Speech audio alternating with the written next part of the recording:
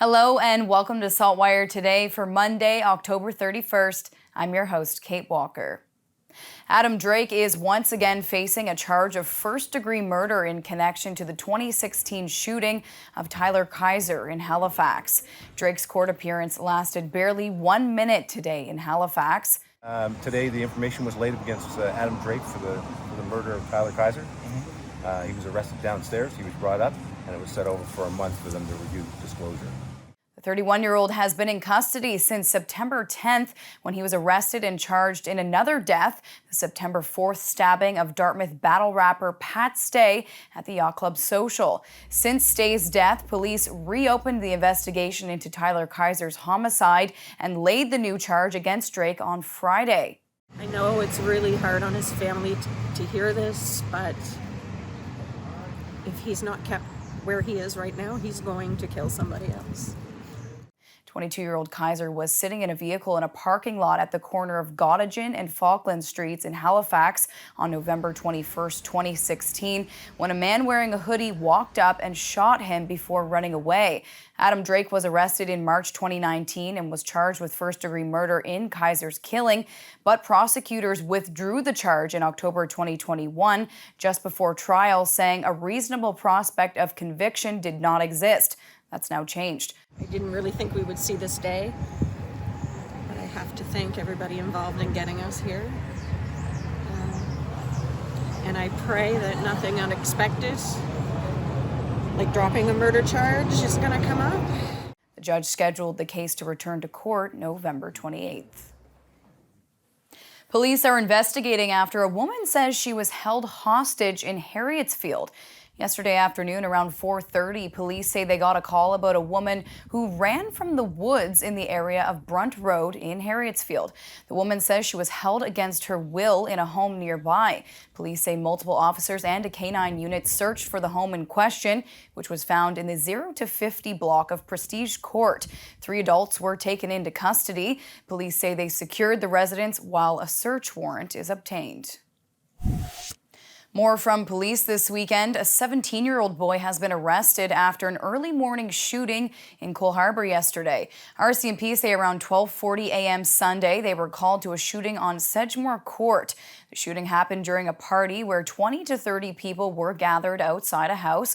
2 victims were found at the scene, both 15 years old. Police say one victim had an apparent gunshot wound to their arm and were taken to hospital with non-life-threatening injuries.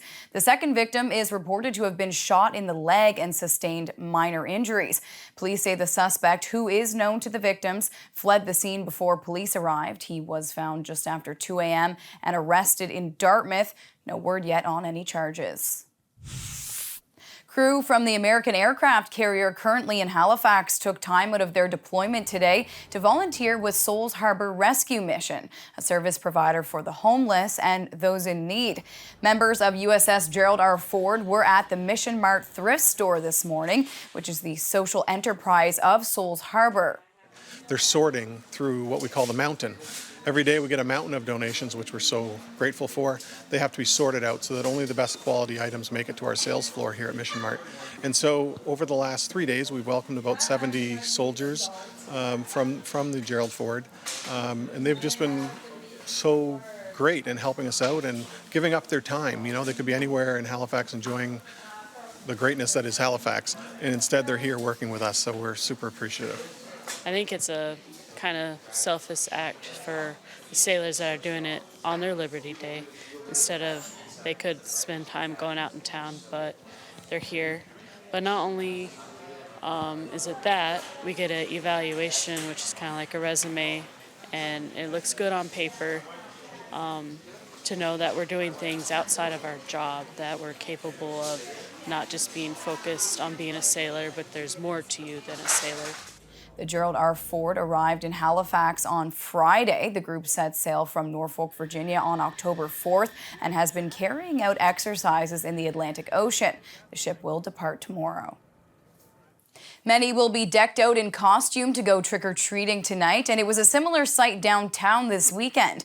Halifax's annual gathering of science fiction, fantasy, and comic book fans reported its biggest ever turnout on the weekend when HALCON 2022 took over the downtown convention center for 3 days. The building and surrounding streets were filled with superheroes, Jedi Knights, and aliens, while celebrity guests and gamers played to the crowd inside. SaltWire Network's Stephen Cook was there on Sunday to take in the action. Organizers of the annual HALCON gathering of East Coast fans of all things fantastic reported sellout crowds this past weekend, and the proof was in the packed event and vendors' rooms and high turnouts for demonstrations and contests.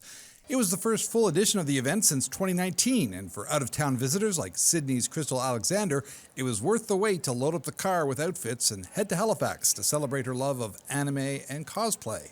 Cons are just somewhere where you can be yourself, or you can embody a character that really inspires you, or you can just be completely outside of your own character and be someone different for a little while. And something like that is really important to a lot of people who have anxiety and issues and all that kind of stuff, myself. So it's really nice to just get out of your comfort zone, be around your own people, and get to dress up too. Leslie Brune is with one of HALCON's longest-running partners, the local chapter of the Society for Creative Anachronism, which practically invented the concept of cosplay with a love of creating and wearing historical garb and learning more about how people lived in medieval or Roman times. She says this weekend's event is the biggest she's seen since the SCA were part of the HALCON revival at the Lord Nelson Hotel in 2010. These are our people, right? Like we joke that when we meet people at HALCON, they're already like 50% into what we do. They're already showing an interest in either maybe history, or they have science fiction and fantasy in the background. They might be a D&D player. They're just the person who likes to be a little bit more creative in their spare time, and that is exactly who we like to have in the SCA. A lot of the success of HALCON lies in its appeal for fans of all ages, from those of us who remember watching Star Wars when it first came out in theaters in the 70s, to kids who weren't even around when the first prequels came out in the early 2000s. Dartmouth's David Harrison and his daughters Abigail and Rebecca brought their droid Chopper and Mandalorian bounty hunter cosplay to this year's HALCON, not knowing if this year's event would live up to their expectations compared to the pre-COVID version. I think it exceeded, especially with the Mandalorian. I was not expecting as many Mandalorians as we actually ended up getting. Yeah. It's been a really good turnout this year. Like last year with COVID, it was pretty quiet. But this year it's been even. You can hardly move around sometimes. It's been so busy. I mean, we can never move around in general, but. HALCON is a volunteer-run event with many individuals required to ensure that booking guests, scheduling events, and covering all the bases of sci-fi, fantasy, comics, gaming, and cosplay come together when the weekend arrives. Director of Programming Florette Benoit says it's all worth it in the end for the organizers and the city of Halifax that hosts the convention. We bring in an economy into, like, the hotels are booked within a certain block radius. Like they're booked for us with our attendees and with our staff and our guests. There's the restaurants, they're busy because people are going to them. It's pretty cool. We brought 16,000 people over 3 days into this area. Downtown core is going to benefit from that. The fan enthusiasm shown at HALCON this weekend should ensure that the convention will live long and prosper for many years to come, after escaping the black hole of COVID-19. In Halifax, I'm Stephen Cook for the SaltWire Network. It's time now for a glimpse of today's Thinking Out Loud with Sheldon McLeod. Today, Sheldon is speaking with Lydia Hauk with Students Nova Scotia. They've launched More Than Tuition, a campaign about affordability in education. So what would have to happen for you to say this campaign is a success? I think the first piece, and the one that we're doing right now, is getting, first of all, engagement from students. And that's something, even in the first several hours of the campaign, we've heard an outpouring from a lot of students of saying, here's my story, here's my experience, thank you for listening and trying to share that. I think the second piece is having that awareness on the broader scale, through media, through other sorts of avenues, things like that, for the general public to be aware that, affordability pressures, yes, they impact everyone, but students in particular are also being hit hard right now. And the final piece, as we discussed earlier, is hopefully seeing some real tangible policy change around that, whether that's increasing the resources available, whether that's universities also saying, how can we provide more needs-based assistance or education around budgeting, all those sorts of things. So I think the first piece is student engagement. The second piece is that broader awareness and engagement with the cause of, student affordability. And then hopefully the third piece and the most meaningful one being that policy change.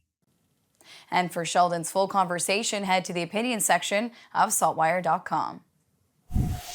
Time now for the Atlantic Sports Wire, presented by Scott Squires.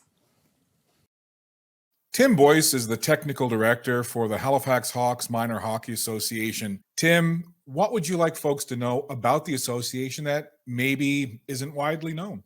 We're a very small association. I think people probably think Halifax and think we're one of the larger associations, and we're actually one of the smaller associations in HRM. We have about 650 players actively in our association this year, obviously volunteer driven. I think we're one of the leaders, not only in Atlantic Canada, but I would say in Canada in diversity and inclusion, and just providing safe sport for our athletes. And what about age groups? It goes from U-what at a low end to U-what at a high end? They start at U7 and we run all the way up to a U23 program. So we've got a U23 team that plays once a week, no practices, but most levels run right from AAA or AA right down to C or your recreation hockey. You can learn more about the Halifax Hawks Minor Hockey Association by visiting them online, halifaxhawks.ca. In Halifax, I'm Scott Squires for the Atlantic Sports Wire. Thank you, Scott. On to weather now. To see what's coming up in the forecast, we're going to check in now with our weather specialist, Alistair Alders. Happy Halloween, Kate. Well, after a beautiful weekend, I know many are wondering, will this nice stretch of weather hold on long enough for trick-or-treating tonight?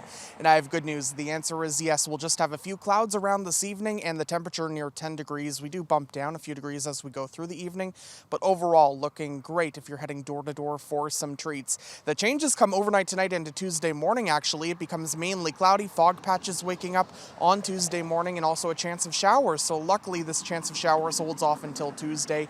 We'll start the day near 10 degrees and up to 15 in the afternoon with clouds and holding on to a chance of showers. Sunshine returns to the forecast by Wednesday. So enjoy trick-or-treating if you are heading out tonight. Happy Halloween. Kate.